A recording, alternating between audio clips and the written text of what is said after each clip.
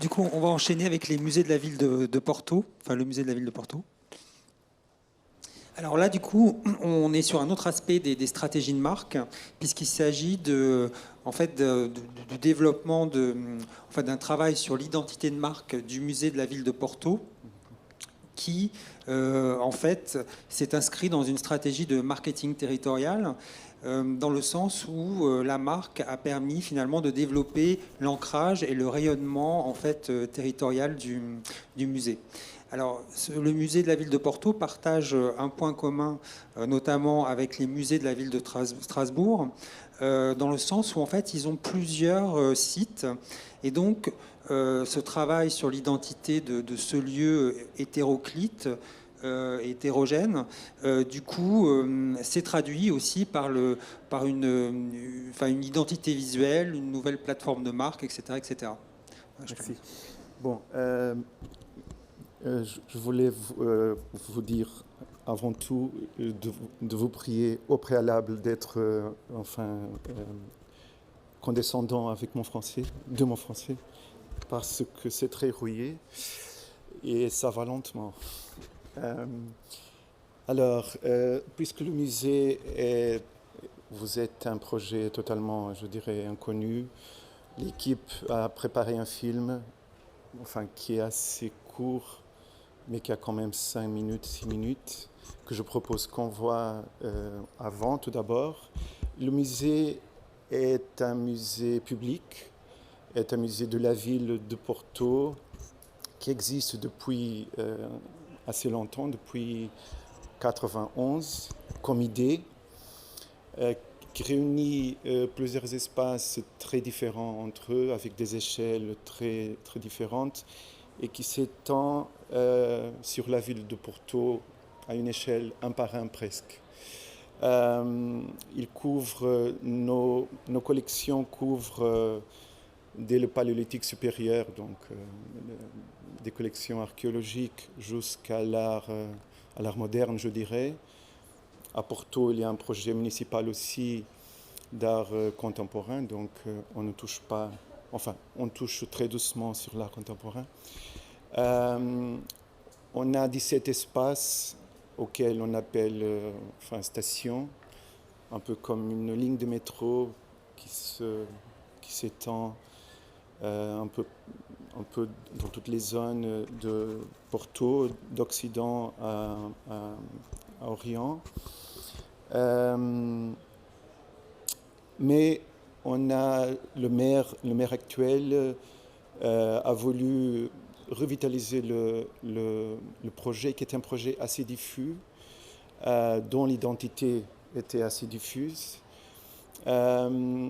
Il m'a invité à diriger, à être le directeur artistique de ce musée. En 2019, donc c'est assez récent. On a présenté le projet en 2020, en février, le 13, et le 14 mars, on a été c'était le confinement. Donc vous voyez quoi. Et la vie du musée, cette deuxième existence coïncide exactement avec les 2 ans de Covid. On a pris aussi l'opportunité de bien développer le concept dont je vous parlerai après le film avec des images. Donc je vous invite à le regarder.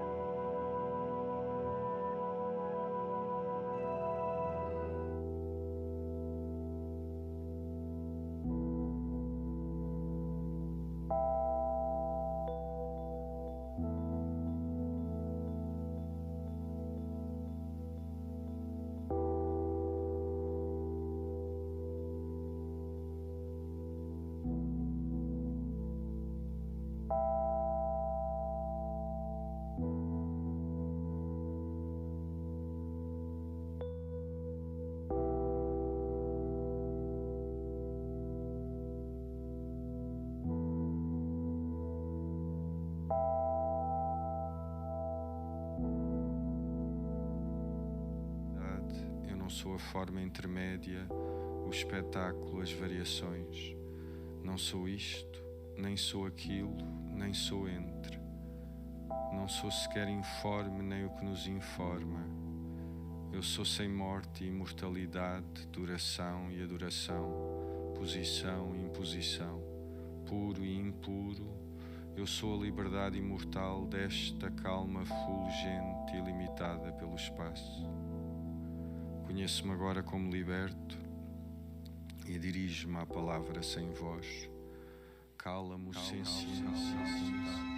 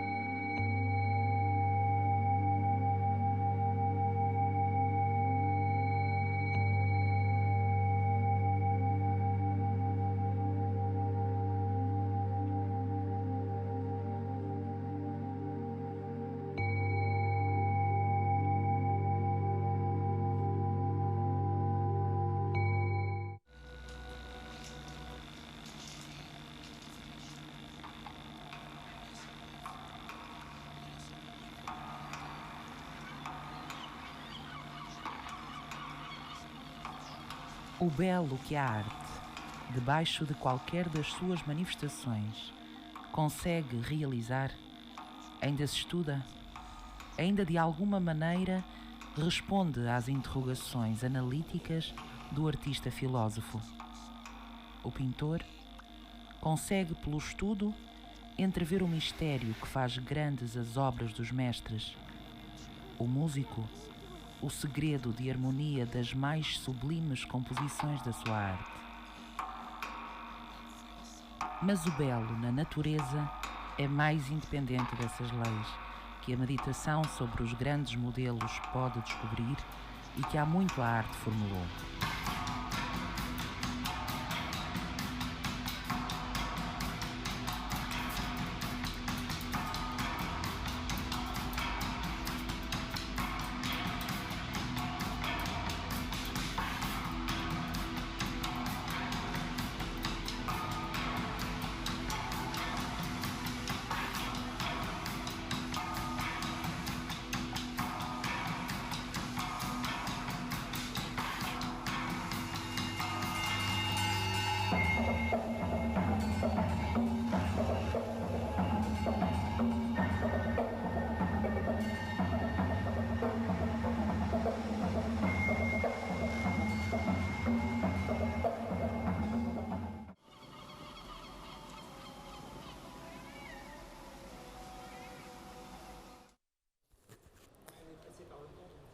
Oui.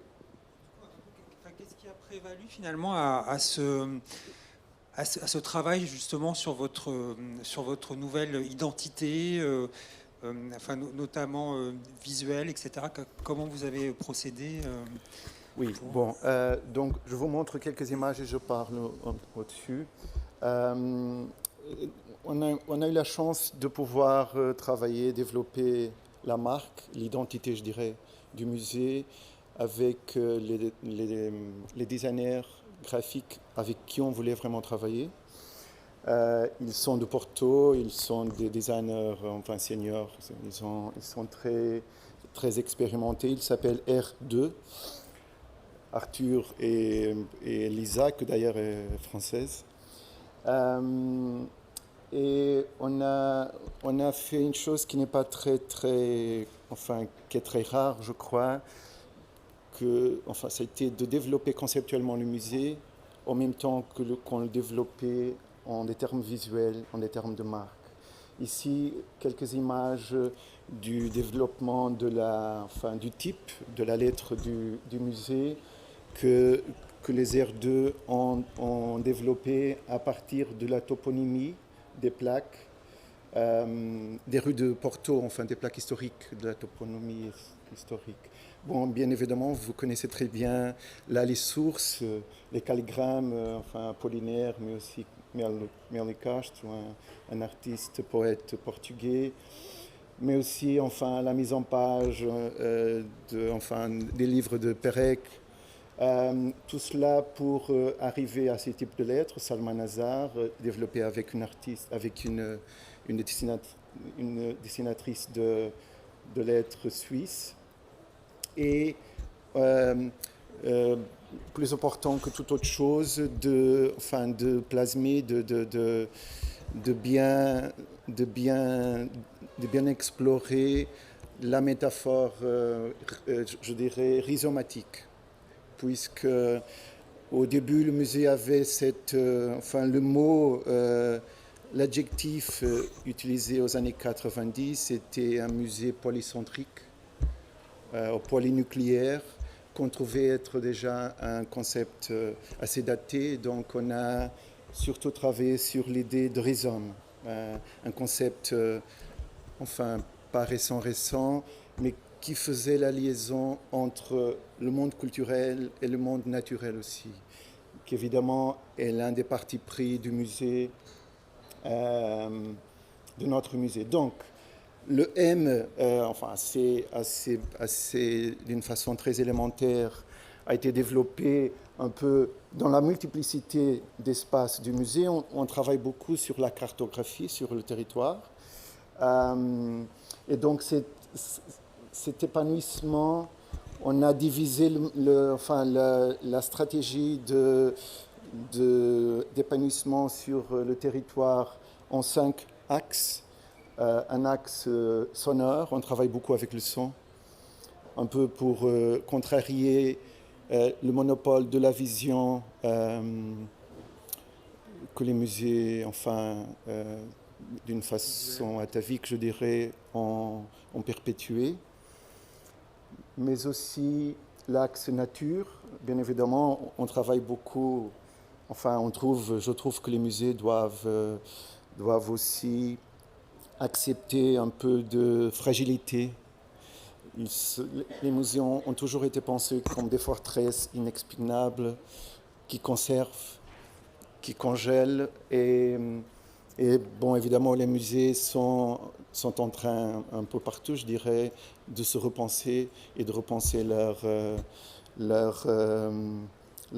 perpétuité, leur vitalité. Les musées brûlent aussi, on le sait. Les cathédrales brûlent.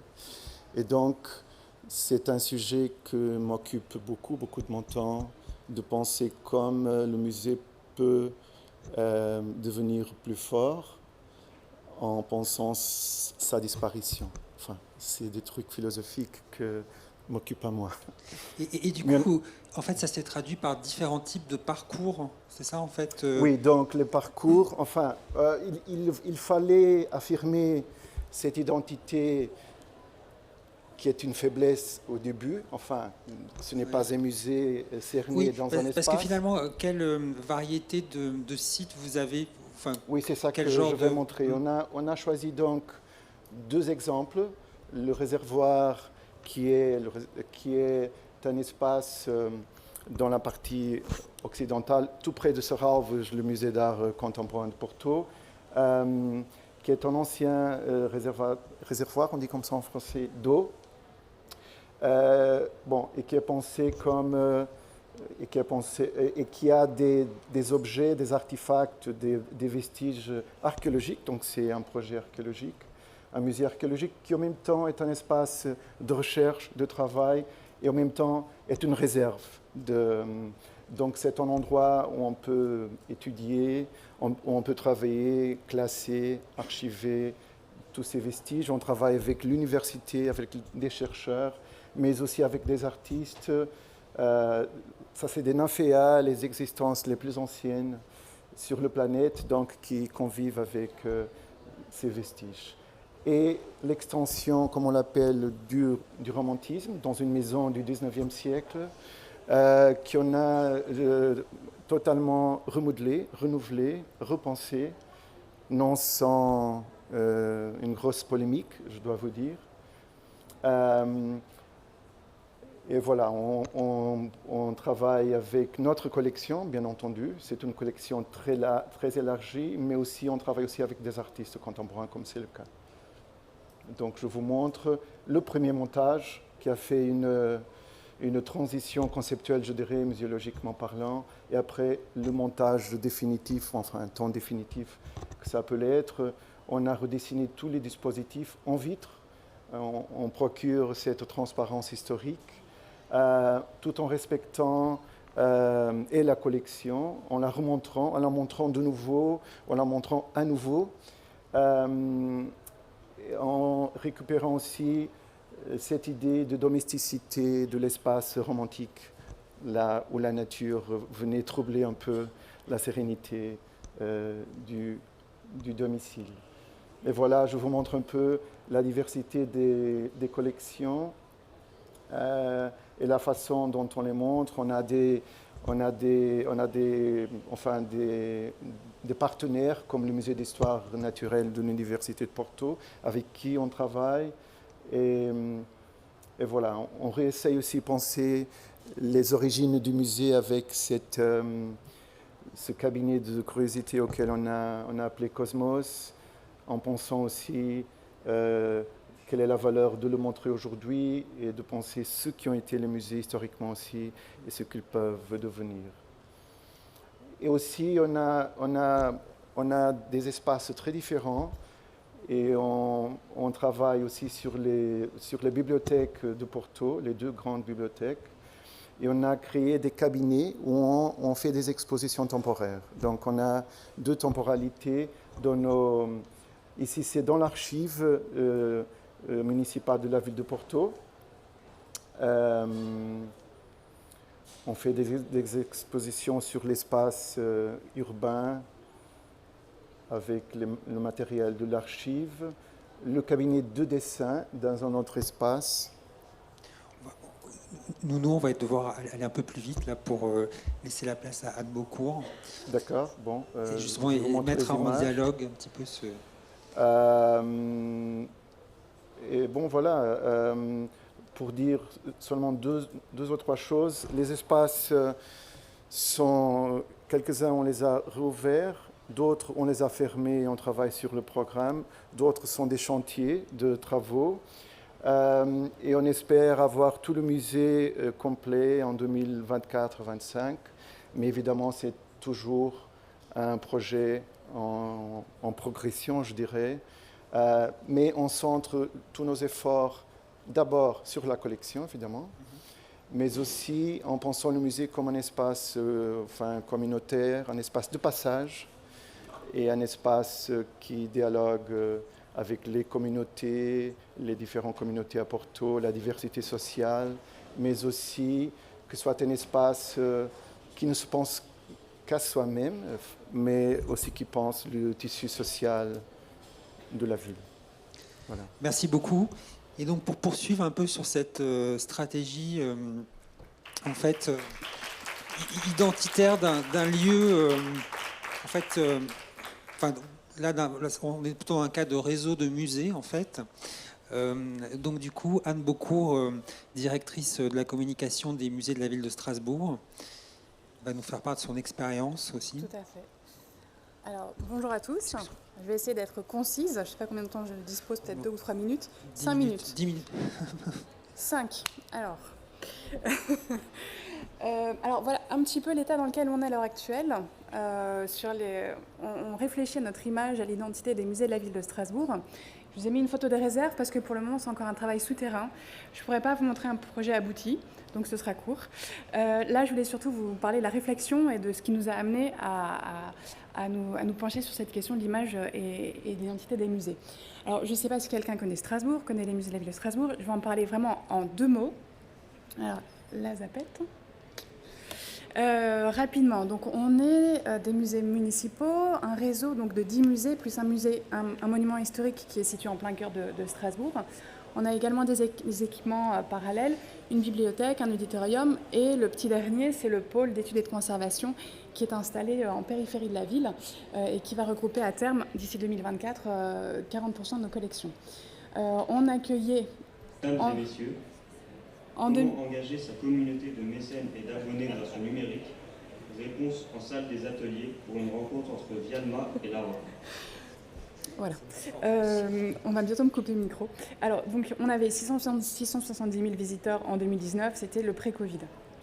Je fais vraiment très rapide. Où sommes-nous?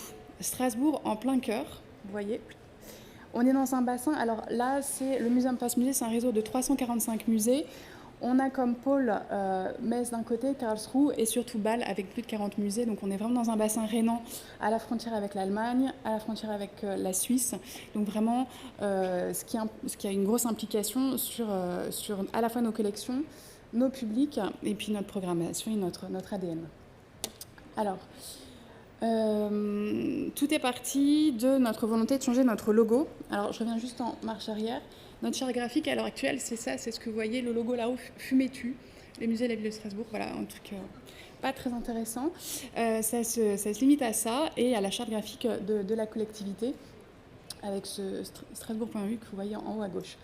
Donc à partir de là, on s'est dit, il faudrait peut-être qu'on identifie notre image, notre identité, qu'on essaie de construire quelque chose à partir de ce terreau, parce que vous voyez qu'on a un réseau très très riche, qui va de la préhistoire vraiment à la création la plus contemporaine. Et on s'est pour cela fait accompagner par Guénel, qui est vraiment la star de la journée, par le cabinet Semiotips, pour justement essayer d'aboutir à une nouvelle identité visuelle. Donc on a eu plusieurs phases. D'abord un diagnostic de l'identité et de l'image et une définition d'une plateforme identitaire qui est actuellement en cours. Les enjeux, donc c'est à la fois, et c'est vraiment l'enjeu crucial de notre réseau, c'est où est-ce qu'on place le curseur entre le réseau en tant que tel et chaque identité muséale, parce qu'on a vraiment des musées très différents, avec des personnalités, avec des publics, des collections vraiment très très variées, parfois complémentaires, parfois non. Donc l'idée, c'est d'essayer de trouver ce qui fait le lien entre tout ça et comment on se positionne, nous, en tant que réseau. Sachant que nous sommes des réseaux municipaux, comme notre nom l'indique. Donc on s'inscrit dans une problématique politique, culturelle, plus large. Donc il faut qu'on arrive aussi à interagir avec eux, à s'inscrire dans cette politique globale. Et ce qui est ressorti de la première phase, qui était le diagnostic de l'image, c'était vraiment qu'on avait un besoin de la part des équipes. Alors en plus, on a fait ça en 2020. 2020, contexte confinement, on se pose beaucoup de questions, essentielles, pas essentielles, quelles sont nos missions, nos valeurs. Donc il y a vraiment quelque chose qui est ressorti des équipes, c'est que ce soit fait de manière co-créative, avec tous les acteurs, pas uniquement le service communication, mais là on a vraiment élargi le champ à l'intégralité des agents, du gardien jusqu'au directeur, et également des agents de la collectivité, parce que musées municipaux, donc on est en lien avec la direction de la culture, dont on fait partie, la direction de la communication. Donc voilà, c'est vraiment d'essayer de mettre en musique toutes ces dynamiques et tous ces enjeux variés. Et tout ça, bien sûr, pas de manière étanche à notre institution, à notre organisme, mais en dialogue avec nos publics. Donc c'est ce qu'on a vraiment voulu mettre en forme et mettre en musique lors des phases actuelles de diagnostic et de positionnement de marque. dans la mesure où on a vraiment voulu faire en sorte de à la fois interroger nos publics dans un contexte sanitaire avec des musées fermés ou dans des contraintes sanitaires fortes. Ça n'a pas été forcément très simple, mais on s'est adapté. Je pense que dans cette période-là, tout le monde s'est adapté. Et également donc avec beaucoup d'interactions en interne, comme je vous le disais, avec pas l'intégralité des acteurs, parce qu'il ne faut pas non plus être utopique, mais vraiment essayer de trouver les meilleures géométries pour pouvoir avancer dans cette définition. Parce que finalement, de cette problématique de départ qui était quelle est notre identité visuelle, quelle est notre charte graphique, on a vraiment voulu se poser les questions de base. Et ça a dépassé le simple cadre de la communication. Ça a vraiment interrogé tout le monde, comme je disais tout à l'heure, sur les missions, les valeurs, sur qui nous sommes, ce que nous voulons et ce que nous voulons offrir. Et donc finalement, c'est pour ça qu'à l'heure actuelle, nous n'avons pas pu encore passer à la troisième phase, qui est vraiment concrètement comment on traduit tout ça sous forme visuelle. Parce que 2020, c'était une année Covid, c'était aussi une année d'élection municipale. À Strasbourg, on a donc une équipe qui a changé, avec une nouvelle maire qui est Mme Jeanne Barséguian, écologiste, avec une nouvelle feuille de route. Donc forcément, ça a modifié la politique culturelle, ça a eu des impacts un peu par ricochet sur les musées. Donc là, on a vraiment cette phase de discussion avec nos différentes tutelles pour s'inscrire dans ce mouvement, dans cette politique qui est en train de prendre place à Strasbourg. J'ai 2 minutes.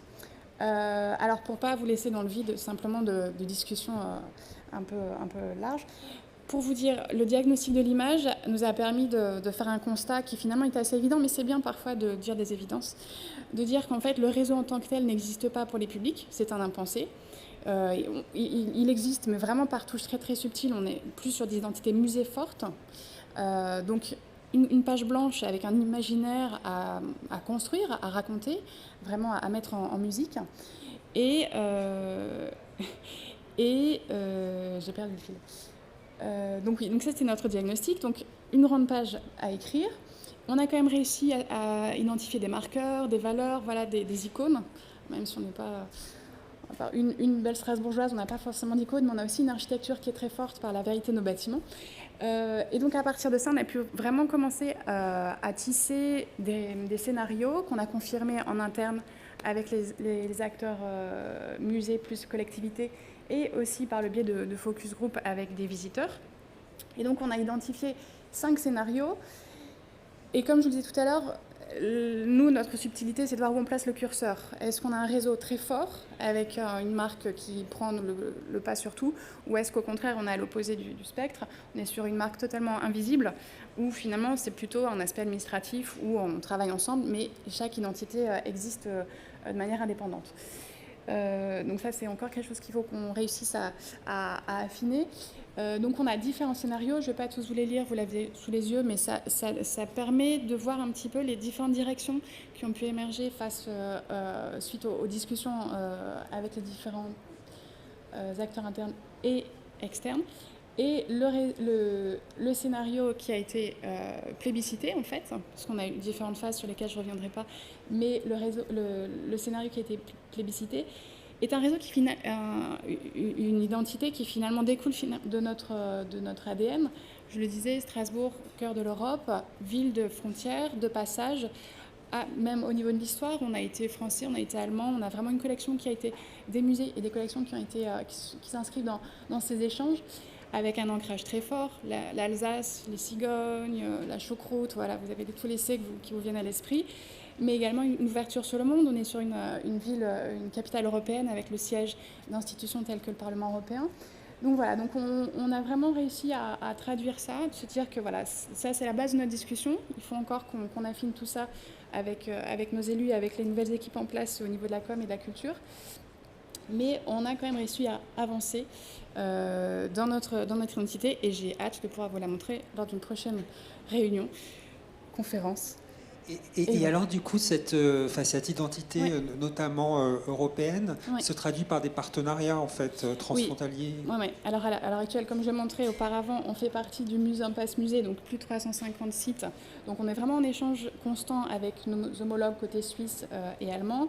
On est également inscrit dans d'autres types de réseaux. Par exemple, on fait partie du Deutscher Museum-Bund en Allemagne, donc le réseau des musées allemands. On monte des expositions avec des musées allemands, par exemple récemment sur la figure de Käthe Kollwitz, donc une artiste allemande très importante. Voilà, donc on est vraiment dans ce qui finalement existe, on réussit à le traduire dans l'identité qu'on voudrait Et créer. vous avez des partenariats aussi touristiques? Madame me dit de couper. Mais touristique, oui, mais je ne vais pas ouvrir la parenthèse. En tout cas, merci beaucoup à tous. Voilà. Merci à tous. Merci beaucoup. Merci.